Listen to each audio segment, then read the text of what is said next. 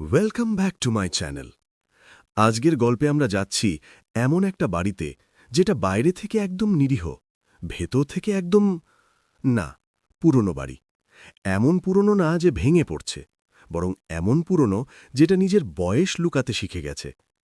দিনের বেলা বাড়িটা শান্ত, খুব শান্ত, এতটাই শান্ত যে মনে হয় বাড়িটা শ্বাস নিচ্ছে না, শুধু অপেক্ষা করছে। আর এই বাড়ির একমাত্র স্থায়ী মানুষ ছিলেন কাকিমা। তিনি কাউকে না করতেন না।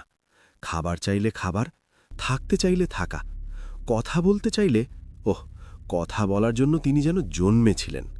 কিন্তু একটা অদ্ভুত নিয়ম ছিল, সূর্য ডোবার পর তিনি কখনো একা থাকতেন না। মানে কেউ না কেউ থাকতই, পাড়া থেকে, আত্মীয় অথবা হঠাৎ করে আসা কোনো অতিথি, যাকে তিনি নিজেই ডাকতেন, কারণ তার নাকি একলা ঘুম আসে না। এই কথা যারা বলে তারা সাধারণত ভয় পায়, কিন্তু কাকিমার চোখে ভয় ছিল না, ছিল হিসাব। এক সন্ধ্যায় যারা প্রথমবার ওই বাড়িতে ঢোকে। বৃষ্টি হচ্ছিল, হালকা না, এমন বৃষ্টি যেটা চুপচাপ বলে ভেতরে ঢোকো, বাইরে থাকো না। কাকিমা দরজা খুলে দিয়েছিলেন। হাসি, অতিরিক্ত হাসি, দাঁতগুলো যেন একটু বেশিই সাদা। আয় মা, ভিজে যাচ্ছিস। এই মা ডাকটা অদ্ভুত ছিল, খুব আপন, খুব তাড়াতাড়ি আপন। ঘরের ভেতরে ঢুকেই একটা জিনিস টের পাওয়া যায়। ঘরটা ঠান্ডা না, কিন্তু গরমও না, মাঝামাঝি এমন একটা তাপমাত্রা যেটা শরীর ঠিক বুঝতে পারে না। দেয়ালে কোনো ছবি নেই, ঘড়ি নেই, ক্যালেন্ডার নেই, সময় এখানে দরকার পড়ে না, এটাই যেন ইঙ্গিত। কাকিমা চা দিলেন। চা ভালো, অস্বাভাবিকভাবে ভালো। চিনির পরিমাণ ঠিক আছে তো? এই প্রশ্নটা তিনি ৩বার করলেন, একই স্বরে, একই হাসিতে।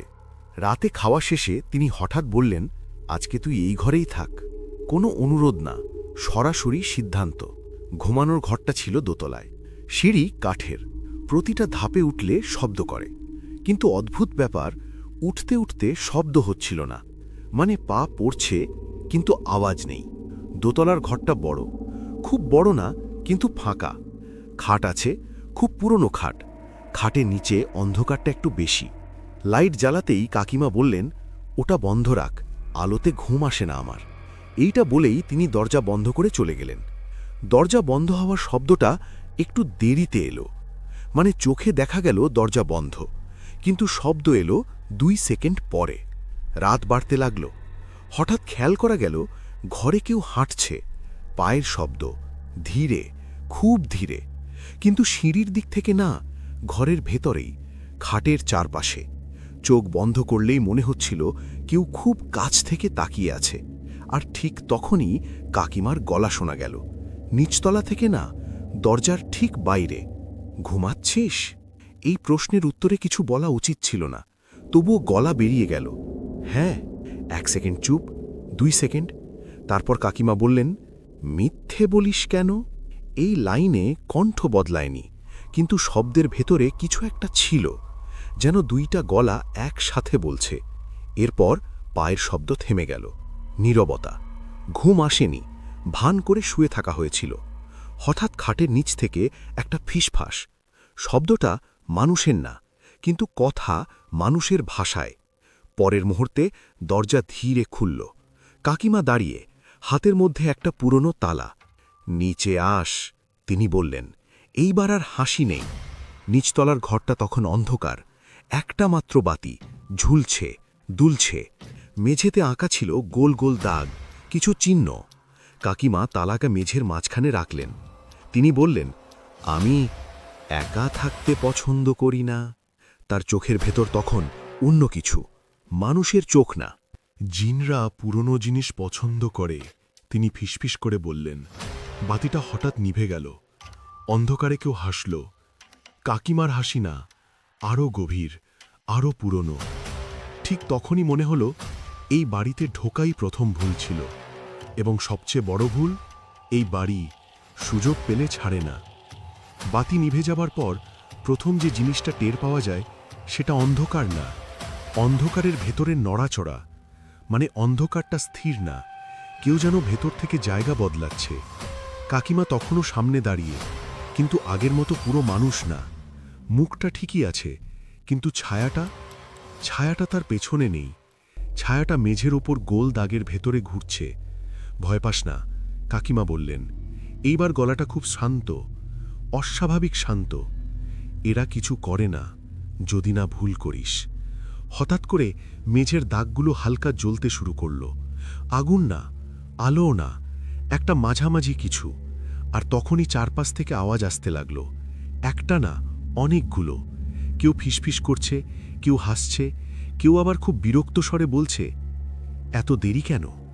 কাকিমা চোখ বন্ধ করে কিছু পড়ছিলেন। দোয়া না, কারণ দোয়া সাধারণত উল্টো দিকে পড়া হয় না। তার হাতের তালাটা হঠাৎ নিজে থেকেই খুলে গেল। তালা খোলার শব্দটা অদ্ভুত ছিল, যেন তালাটা খুশি।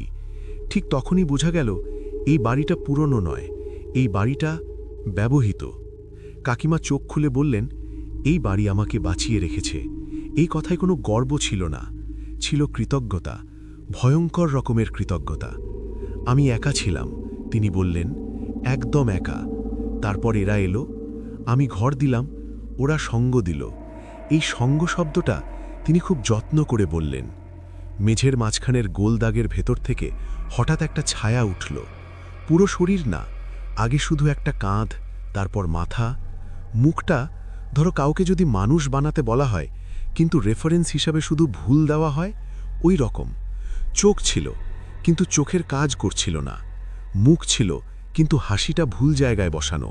সে কিছু বলল না, সরাসরি তাকালো। আর তখনই মাথার ভেতরে শব্দ শুরু হলো, সে থাকবে। এই লাইনটা শোনা গেল না, ভাবনার ভেতরে ঢুকে পড়ল। কাকিমা হালকা হাসলেন, দেখছিস, ওরা পছন্দ করেছে। এইটা শোনার পর শরীর আর নড়ল না, ভয় না, যেন কারো অনুমতি দরকার। এক রাত, কাকিমা বললেন, এক রাত থাকলেই হবে। এক রাত কি? ঘুম, খেলা, চুক্তি। তিনি কিছুই পরিষ্কার করলেন না। হঠাৎ ঘরের দেয়ালগুলো কাঁপতে শুরু করল। না, ভাঙছে না, শ্বাস নিচ্ছে। দেয়ালের ফাঁক থেকে হাত বেরোলো, একটা না, অনেকগুলো, কিন্তু কাউকে ধরল না, শুধু খুব কাছ দিয়ে গেল। এইখানে একটা অদ্ভুত জিনিস হলো, ভয় বাড়ার বদলে ক্লান্তি এলো। চোখ ভারী, মাথা ঝিমুনি। কাকিমার গলা দূর থেকে ভেসে এলো, ঘুমোলে সব সহজ হয়। ঠিক তখনই মনে পড়ল, ওপরে দোতলার ঘর, খাটের নিচের ফিসফাস। সে একা না, ঘুম ভাঙল হঠাৎ, কিন্তু সকাল না, ঘরটা বদলে গেছে। একই ঘর, কিন্তু দেয়াল কাছে, ছাদ নিচে। কাকিমা সামনে বসে, এইবার একদম শান্ত, হাতে সুতো আর সূচ। সে কি সেলাই করছে? না কাপড়, না কিছু পরিচিত। ছায়া, হ্যাঁ, ছায়া সেলাই। একটা ছায়া মেঝেতে পড়ে আছে, মানুষের ছায়া, নড়ছে না। চুপচাপ থাক, কাকিমা বললেন, ভেঙে গেলে আবার জোড়া দিতে কষ্ট হয়। এই কথাটা এত স্বাভাবিকভাবে বলা হলো, যেন ছায়া সেলাই করা দৈনন্দিন কাজ। সবাই এখানে একটু রেখে যায়। তিনি বললেন, কেউ স্মৃতি, কেউ কণ্ঠ, কেউ সাহস। সুই ঢুকল ছায়ার ভেতর, ছায়াটা কেঁপে উঠল। কাকিমা মাথা তুলে তাকালেন, এইবার আবার সেই পুরনো হাসি। তুই কি রেখে যাবি? এই প্রশ্নের উত্তর মাথায় আসেনি, কারণ উত্তর মানেই সম্মতি। দেয়ালের ভেতর থেকে আবার সেই গলা, সকাল আসছে না। বাড়ির বাইরে কিছু একটা নড়ল, কিন্তু জানালা নেই, সময় নেই, সূর্য নেই, শুধু বাড়ি আর যারা এখানে থেকে গেছে। কাকিমা সুতো কেটে বললেন, ভয় পাস না, একবার থাকলে আর যেতে ইচ্ছে করে না। আর ঠিক তখনই মনে হলো, এই বাড়ি ছাড়তে চাইলে প্রথমে বুঝতে হবে আমি এখনো আমি আছি তো, নাকি? কাকিমার প্রশ্নটা এখনো বাতাসে ঝুলেছিল, তুই কি রেখে যাবি? ঘরটা তখন আরও ছোট মনে হচ্ছিল, দেয়াল এগিয়ে আসেনি, আমি সরে গেছি। মেঝের ছায়াটা এখনো পড়ে আছে, কাটা, সেলাই করা, অসম্পূর্ণ। সবাই কিছু না কিছু দেয়, কাকিমা বললেন, বাড়িটা খালি থাকতে পারে না। এই কথাটা বলার সময় তার চোখে কোনো নিষ্ঠুরতা ছিল না। তুই ভাবছিস আমি খারাপ? তিনি হালকা হেসে বললেন, আমি না থাকলে এ বাড়ি নিজেই নিত। এই লাইনে একটা অদ্ভুত যুক্তি ছিল, ভয়ঙ্কর কিন্তু পরিষ্কার। হঠাৎ করে বুঝতে পারলাম, কাকিমা আসলে দরজা, ভিলেন না, গার্ড। তার কাজ ছিল বাছাই করা, কারা যাবে, কারা থাকবে। আমি কাউকে মারি না, তিনি বললেন। দেয়ালের ভেতর থেকে আবার ফেসফাস, সিদ্ধান্ত। এই শব্দটা চাপ দিচ্ছিল মাথার ভেতরে, বুকের ভেতরে। না বললে? প্রশ্নটা বেরিয়ে গেল। কাকিমা প্রথমবার একটু অবাক হলেন, তারপর হেসে ফেললেন। হঠাৎ খেয়াল হলো আমার পায়ের নিচে ছায়াটা নড়ছে। আমার মতো, মানে ওটা আমার ছায়া। কবে আলাদা হয়েছে বুঝিনি। ছায়াটা ধীরে ধীরে মেঝের দাগের দিকে টানছে। আমি পা তুলতে পারছি, কিন্তু ছায়া পারছে না। এইখানে একটা অদ্ভুত চিন্তা এলো। ছায়া না থাকলে কি হয়? অন্ধকারে আর লুকোনো যায় না, আলোতেও না। এক রাত, কাকিমা আবার বললেন, তারপর তুই চলে যাবি। এই কথা বলার সময় তিনি সত্যি সেটা বিশ্বাস করতেন অথবা নিজেকে বোঝাতেন। দেয়ালের হাতগুলো আবার বেরোলো, এইবার ছুলো না, শুধু খুব কাছে এসে থামল। আমি চোখ বন্ধ করলাম, আর তখনই সব শব্দ থেমে গেল। নীরবতা, একদম সেই ধরনের নীরবতা যেটা ঘুমের আগেও হয় না। চোখ খুলতেই দেখলাম ভোরের আলো। ঘরটা আগের মতো, দোতলার ঘর, খাট, জানালা সব ঠিকঠাক। কাকিমা নিচে চা বানাচ্ছেন, পুরনো কাকিমা, দোয়া, মিষ্টি হাসি। ভালো ঘুম হয়েছে? তিনি জিজ্ঞেস করলেন। আমি উত্তর দিলাম না, কারণ তখনই খেয়াল করলাম মেঝেতে আমার ছায়া একটু দেরিতে নড়ছে, খুব সামান্য, যেন তাল মিলিয়ে চলতে শিখছে। তুই চলে যেতে পারিস, কাকিমা বললেন। দরজা খোলা। দরজা সত্যিই খোলা ছিল। বাড়ি থেকে বেরোনোর পরই থামল, কারণ রোদে দাঁড়িয়েও ছায়াটা ঠিকমতো পড়ছিল না। ওটা পায়ের নিচে নয়, একটু পিছনে, একটু দেরিতে। যারা ঘুরে তাকালো, বাড়িটার দরজা তখনও খোলা। কাকিমা দাঁড়িয়ে আছেন। এইবার তিনি হাসছেন না। এক রাত ছিল শর্ত, তিনি বললেন, আর তুই সেটা পূরণ করেছিস। আমি জিজ্ঞেস করলাম, আমি কি রেখে এসেছি? কাকিমা খুব সোজা করে উত্তর দিলেন, তোর ছায়া।